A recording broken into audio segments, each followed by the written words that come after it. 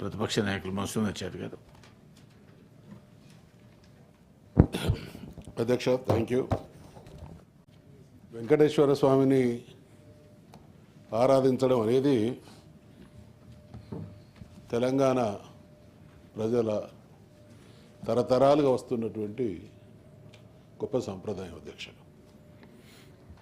నాకున్న అవగాహన మేరకు వెంకటేశ్వర స్వామిని దర్శించుకునేటువంటి భక్తులలో సంఖ్యాపరంగా చూసినా కూడా తెలంగాణ ప్రాంతం నుంచి గణనీయమైనటువంటి సంఖ్య దర్శించుకుంటున్నటువంటిది కొనసాగుతూ ఉన్నది. అధ్యక్ష,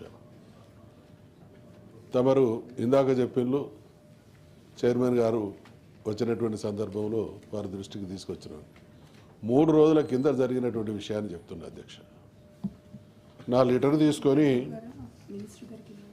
నాకు తెలిసినటువంటి వాళ్ళు తిరుపతికి పోతే నిరాకరించారు. అధ్యక్ష, ఆ విషయంలో అక్కడ ఉన్నటువంటి గౌరవ మంత్రి గారికి నేను రిక్వెస్ట్ చేసిన, పర్సనల్గా ఫోన్ చేసి కూడా ఫలితం లేదు. అధ్యక్ష, చైర్మన్ గారితో రిక్వెస్ట్ చేసిన, ఫలితం లేదు. అధ్యక్ష, అంటే ఇంత నిర్లక్ష్యం, నిర్దయ, స్వామివారి పట్ల మనకున్నటువంటి ఆ ఆరాధనను వాళ్ళు అగౌరవపరిచే విధంగా వ్యవహరిస్తున్నటువంటి తీరు మాత్రం కరెక్ట్ కాదు. అధ్యక్ష, రెండవది పక్క రాష్ట్రం, నిత్య జీవితంలో ఆంధ్ర రాష్ట్రానికి, తెలంగాణ ప్రాంతానికి అనేక రకాలైనటువంటి అనుబంధాలు, సంబంధాలు కొనసాగుతున్నాయి. అధ్యక్ష,